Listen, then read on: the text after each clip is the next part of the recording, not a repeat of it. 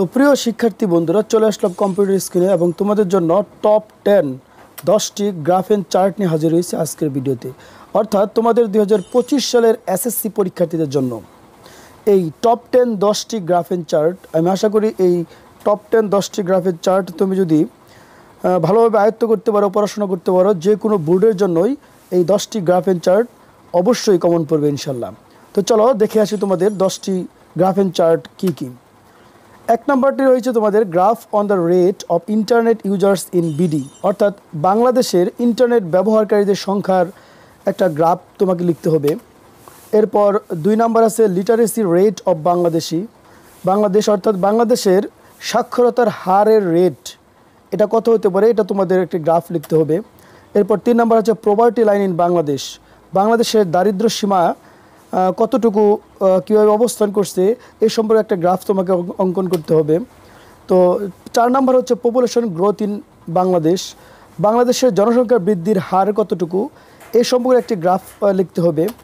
5 নম্বর রয়েছে তোমাদের profession choice by educated people, অর্থাৎ শিক্ষিত মানুষদের মাধ্যমে তার পছন্দের পেশা কী এই সম্পর্কে তোমার একটা গ্রাফ লিখতে হবে।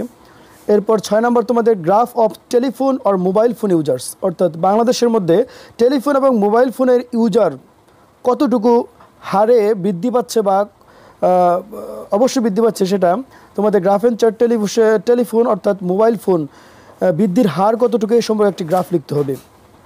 এরপর 7 নম্বর তোমার রয়েছে গ্রাফ অন হবি, তোমার প্রিয় শখ সম্পর্কে, অর্থাৎ বিভিন্ন মানুষের বিভিন্ন ধরনের শখ থাকতে পারে, সেই সম্পর্কে যেই তোমার গ্রাফটি আসবে পরীক্ষায় ওই সম্পর্কে তোমাদের অবশ্যই লিখতে হবে।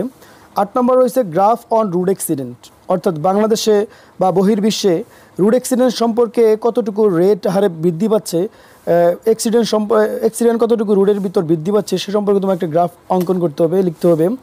এরপর তোমাদের 9 নম্বর একটি পাই চার্ট দিয়েছি অন ডেভেলপমেন্ট এক্সপেন্ডিচার, অর্থাৎ উন্নয়নের ব্যয় কীরকম হারে বৃদ্ধি পাচ্ছে এ সম্পর্কে একটা তোমাকে পাই চার্ট অঙ্কন করতে হবে।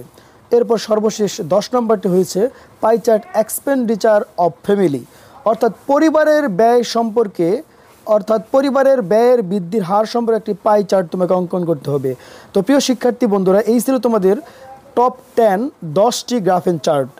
এই 10টি গ্রাফ এন্ড চার্ট অবশ্যই ইনশাল্লাহ 100% যে কোনো বোর্ডের জন্য 2025 সালে এসএসসি পরীক্ষার জন্য খুবই গুরুত্বপূর্ণ।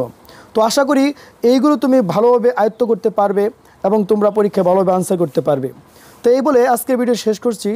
তো পরবর্তী ভিডিও পেতে আমাদের প্রাইভেট স্কুল 24 চ্যানেলটি সাবস্ক্রাইব করে আমাদের সাথে যুক্ত থাকো।